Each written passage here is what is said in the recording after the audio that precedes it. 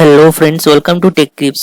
Agniveer army অর্থাৎ ভারতীয় বায়ুসেনায় Agniveer রিক্রুটমেন্টের notification কিন্তু অফিসিয়ালি পাবলিশ হয়ে গেছে। তো আজকে আমরা এর খুঁটিনাটি ডিটেলস সবকিছুই দেখবো। আর 4 বছর পর কিন্তু তোমরা স্থায়ী চাকরিও পেয়ে যাবে। আর এখানে তোমরা বেতন পাবে 40,000 টাকা প্রতি মাসে। আর যোগ্যতা তোমাদের উচ্চ মাধ্যমিক হলেই হবে। তো সবকিছু ডিটেলস আমরা স্টেপ বাই স্টেপ দেখবো। এই স্যালারির সাথে আমরা আর কি কি সুবিধা পাবো, এই আবেদনের বয়স সীমা কত, কবে থেকে আমরা আবেদন করতে পারবো, আবেদন অনলাইনে করতে হবে না অফলাইনে করতে হবে, তো আবেদনের জন্য কি কি ডকুমেন্টস লাগবে, তো কিভাবে আবেদন করব, কোথায় গিয়ে আবেদন করব, আবেদনের লাস্ট তারিখ কবে, পরীক্ষার প্যাটার্ন ও কোন সাবজেক্টে কত মার্কস থাকবে, কত সময়ের পরীক্ষা হবে, পরীক্ষার দিন কি কি সাথে নিয়ে যেতে হবে, ফিজিক্যাল ফিটনেস টেস্টের পর কি জয়েনিং হয়ে যাবে নাকি আরো কিছু টেস্ট দিতে হবে, তো এই পরীক্ষার জন্য কত ফি দিতে হবে।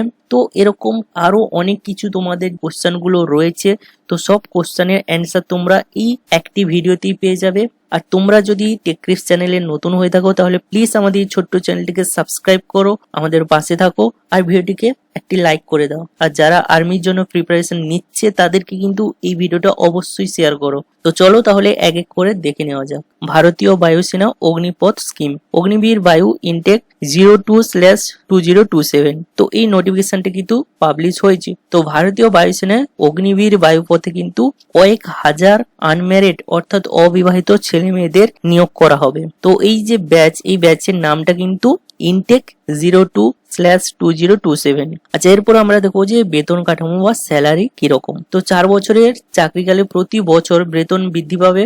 তো মোট বেতনে একটি অংশ হাতে পাওয়া যাবে এবং বাকি যে অংশটা সেটা কিন্তু অগ্নিবীর কর্পাস ফান্ডে জমা হবে, যেখানে কেন্দ্রীয় সরকার কিন্তু সম পরিমাণ টাকা ওখানে যোগ করবে। সাপোজ তুমি জয়েন করলে, জয়েন করার পর তোমার ফার্স্ট ইয়ার প্রথম বছরে মোট মাসিক বেতন তোমার 30,000 হবে। আর তুমি হাতে যেটা পাবে সেটা হচ্ছে 21,000 টাকা।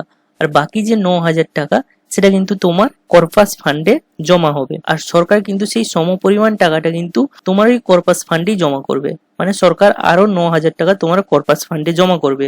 তো সেকেন্ড ইয়ারে, দ্বিতীয় বছরে তোমার মাসিক বেতন বৃদ্ধি পাবে, 33,000 টাকা হবে এবং তুমি হাতে পাবে 23,100 টাকা। আর কর্পাস ফান্ডে তোমার জমা হবে 9,900 টাকা প্রতি মাসে এবং সরকার কিন্তু এই সমপরিমাণ টাকা 9,900 টাকা তোমার কর্পাস ফান্ডে জমা দেবে। তো তৃতীয় বছরে 36,500 টাকা তুমি মাসিক বেতন পাবে, তার মধ্যে 25,500 টাকা হাতে পাবে আর তোমার কর্পাস ফান্ডে জমা হবে 11,000, প্লাস সরকার দেবে আরো 11,000। চতুর্থ বছর অর্থাৎ শেষ বছরে তুমি মাসিক বেতন পাবে 40,000 টাকা এবং তুমি হাতে পাবে 28,000 টাকা।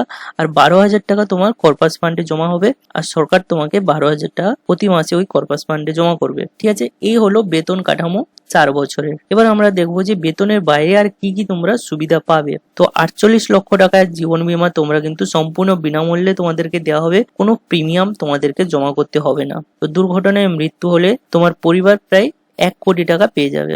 শারীরিক ক্ষতির ক্ষতিপূরণ, শরীরের যদি 75% ক্ষতি হয় তাহলে কিন্তু 25 লক্ষ টাকা এবং 50% ক্ষতি হলে 15 লক্ষ টাকা পাওয়া যাবে। ভ্রমণ ও ছুটি, ভ্রমণ ভাতা দেওয়া হবে, বছরে 30 দিনের সাধারণ ছুটি এবং প্রয়োজনে মেডিকেল লিভও কিন্তু নিতে পারো।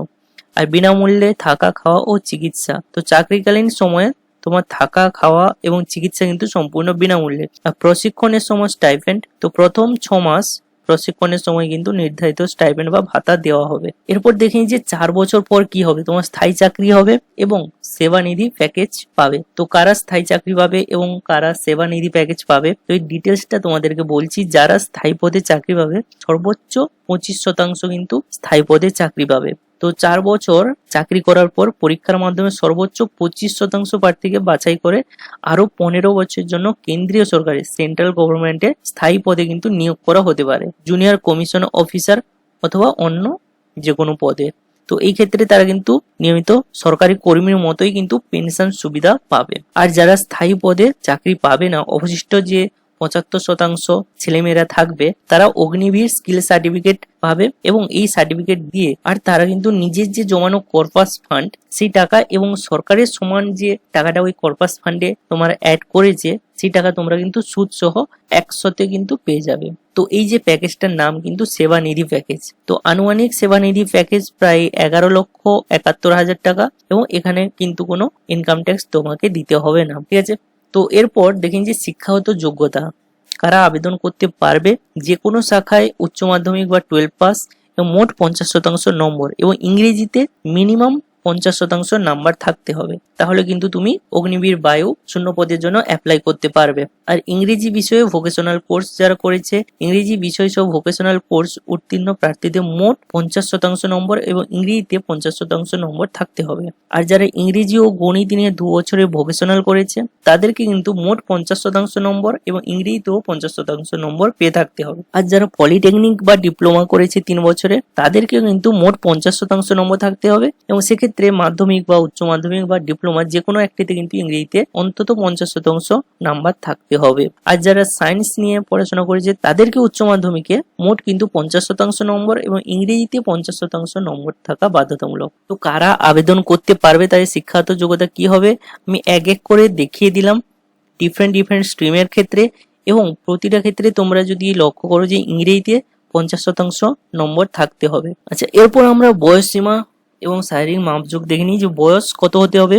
তো জন্ম তারিখ হতে হবে 1 জুলাই 2005 থেকে 1 জানুয়ারি 2010 মধ্যে, অর্থাৎ আবেদনের সময় বয়স প্রায় 17.5 থেকে 21 বছরের মধ্যে তোমাকে কিন্তু হতে হবে। ছেলেদের ক্ষেত্রে উচ্চতা কিন্তু কমপক্ষে 152 সেন্টিমিটার আর বুকের ছাতি না ফুলিয়ে 77 সেন্টিমিটার আর 5 সেমি ফোলানোর ক্ষমতা থাকতে হবে। আর মেয়েদের ক্ষেত্রে উচ্চতা হতে হবে 152 সেন্টিমিটার আর মেয়েদের ক্ষেত্রে শুধু কিন্তু 5 সেন্টিমিটার বুক ফোলানোর ক্ষমতা প্রয়োজন। ওজনের ক্ষেত্রে উচ্চতা ও বয়সের সঙ্গে সামঞ্জস্যপূর্ণ হতে হবে। দৃষ্টিশক্তি প্রতি চোখে 6/12 যা সংশোধন করে 6/6 পর্যন্ত করা যাবে। শ্রবণ শক্তি 6 মিটার দূর থেকে ফিসফিস শব্দ শোনার কিন্তু দক্ষতা থাকতে হবে। দাঁত ও স্বাস্থ্য ভালো দাঁতের বাটি ও ত্রুটিহীন স্বাস্থ্য থাকা আবশ্যক। এরপর চলে এসেছে লিখিত পরীক্ষা পদ্ধতি এবং নম্বর বিভাজন। তো প্রথমে হবে একটি অনলাইন অবজেক্টিভ টাইপ পরীক্ষা, যা 22 ও 23 সেপ্টেম্বর 2026 কিন্তু এই পরীক্ষাটা হয়ে থাকবে। তো যারা সায়েন্স নিয়ে পড়াশোনা করেছে বা যারা নন সায়েন্স নিয়ে পড়াশোনা করেছে তাদের ক্ষেত্রে কিন্তু ডিফারেন্ট সাবজেক্ট থাকবে। তো তোমরা যে কোনো একটি চুজ করতে পারো, যেমন যারা বিজ্ঞান নিয়ে পড়াশোনা করেছে তাদের ক্ষেত্রে সময় থাকবে 60 মিনিট অর্থাৎ 1 ঘন্টা এবং তাদের বিষয় যেগুলো থাকবে সাবজেক্ট ইংরেজি, ফিজিক্স বা পদার্থবিদ্যা এবং গণিত। আর যারা নন সায়েন্স, যারা সায়েন্স স্ট্রিমে পড়াশোনা করেনি তাদের ক্ষেত্রে সময় থাকবে 45 মিনিট এবং যে সাবজেক্ট গুলো থাকবে ইংরেজি, রিজনিং ও জেনারেল অ্যাওয়ারনেস। আর যারা দুটি বিকল্পেই পরীক্ষা দিতে চায়, সায়েন্স এবং নন স্ট্রিম দুটোতেই পরীক্ষা দিতে চায়, তাদের কিন্তু সবগুলো বিষয় থাকবে, যেমন ইংরেজি, পদার্থবিদ্যা, গণিত এবং সাথে রিজনিং ও জেনারেল অ্যাওয়ারনেস।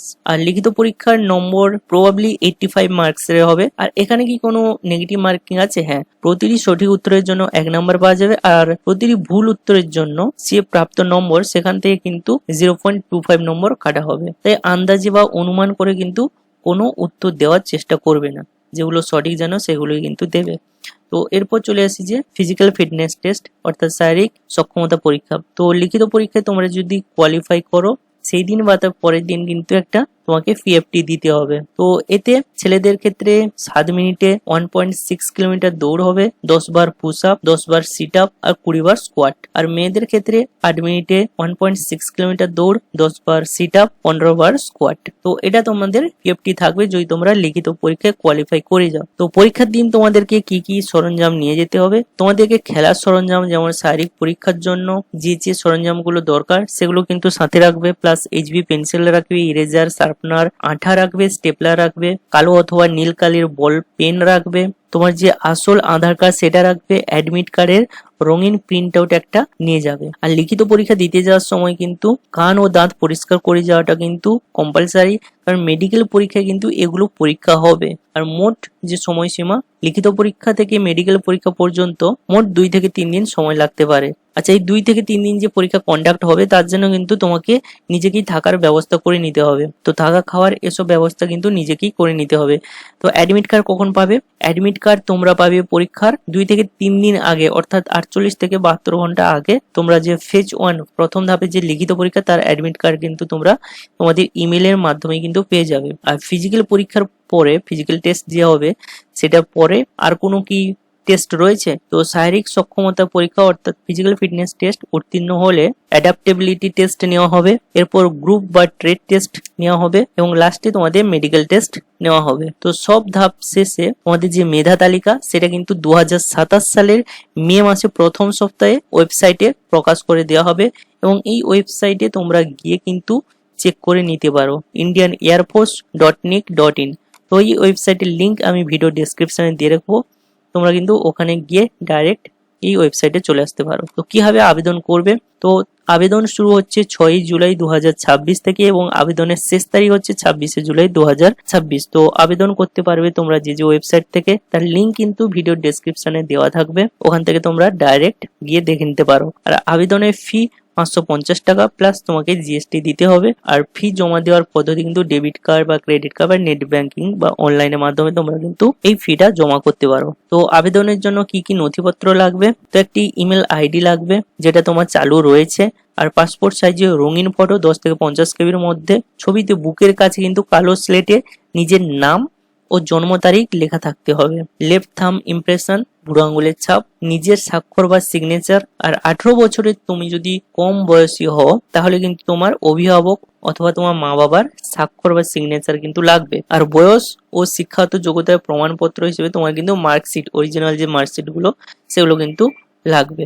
আবেদনটি করার পর ফি জমা দেওয়ার পর কিন্তু সিস্টেম একটা কনফার্মেশন জেনারেট করবে, সেটা কিন্তু তোমাকে ডাউনলোড করে রেখে দিতে হবে। আচ্ছা, এরপর কিছু আমরা এফএকিউ দেখে নিই যে অগ্নিবীর বায়ু ইনটেক 02/2027 এর আবেদনের তারিখ কি। তো অনলাইনে আবেদন শুরু হবে 6 জুলাই 2026 এবং শেষ হবে লাস্ট ডেট 26 জুলাই 2026।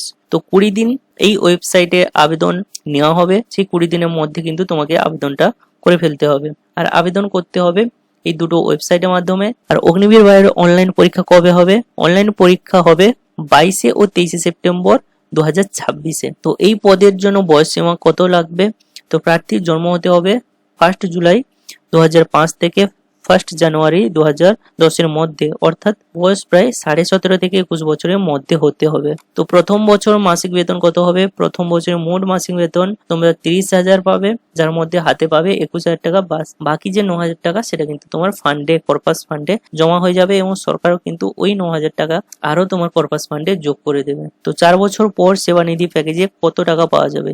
যারা স্থায়ী পদে নির্বাচিত হবেন না তারা সুদ সহ মোট 11,71,000 টাকা একসঙ্গে কিন্তু পাবেন। তো 4 বছর পর কতজন প্রার্থী স্থায়ী চাকরি পাবেন? তো সর্বোচ্চ 25% প্রার্থীকে কিন্তু পরীক্ষার মাধ্যমে যাচাই করে আরো 15 বছরের জন্য কিন্তু একটা স্থায়ী পদে নিয়োগ করা হবে। আর এই পরীক্ষা কোনো নেগেটিভ মার্কিং আছে নাকি? হ্যাঁ, প্রতিটি ভুল উত্তরের জন্য 0.25 নম্বর কিন্তু কাটা হবে। আর তোমরা যারা গ্রাম পঞ্চায়েত পরীক্ষার জন্য প্রস্তুতি নিচ্ছ তারা কিন্তু কিভাবে রেজিস্ট্রেশন করবে তার ডিটেলস কিন্তু আমাদের চ্যানেলেই পেয়ে যাবে, ওখান থেকে তোমরা স্টেপ বাই স্টেপ ফলো করে দেখতে পারো। আর যদি তোমাদের প্রিপারেশন কিট লাগে, সাজেশন পেপার লাগে, তাহলে কিন্তু তোমরা এই ভিডিও ডেসক্রিপশনে পেয়ে যাবে। গ্রাম পঞ্চায়েত অথবা যারা আইসিডিএস এর জন্য প্রিপারেশন নিচ্ছ তারাও কিন্তু আইসিডিএস 2026 এর সাজেশন পত্র তোমরা কিন্তু আমাদের এই ভিডিও ডেসক্রিপশন থেকে পেয়ে যাবে, ওখান থেকে তোমরা ডাইরেক্ট পারচেজ করে নিতে পারো। তো এর পরেও যদি তোমাদের কোনো কোশ্চেন বা কোয়ারিজ থাকে তাহলে নিচে কমেন্ট বক্সে অবশ্যই কমেন্ট করো। So thank you for watching this video, see you in the next video.